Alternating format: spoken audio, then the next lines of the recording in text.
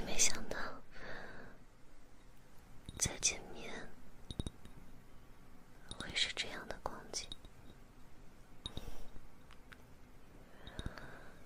是啊，当初我好不容易逃离村子，弥留之际时，却还是想再见你一面。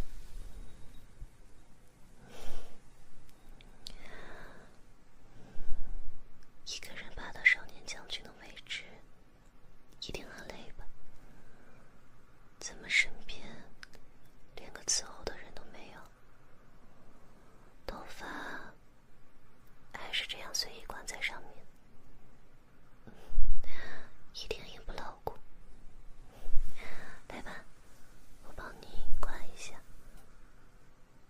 怎么，现在和我说这些，从前不都是我为你管的？没事的，来吧，你这发尾太毛躁了些，我用水给你抚平些。王婶家的小狗仔应该出生了吧？之前还说留一只给我养着玩，现在应该是没有机会了。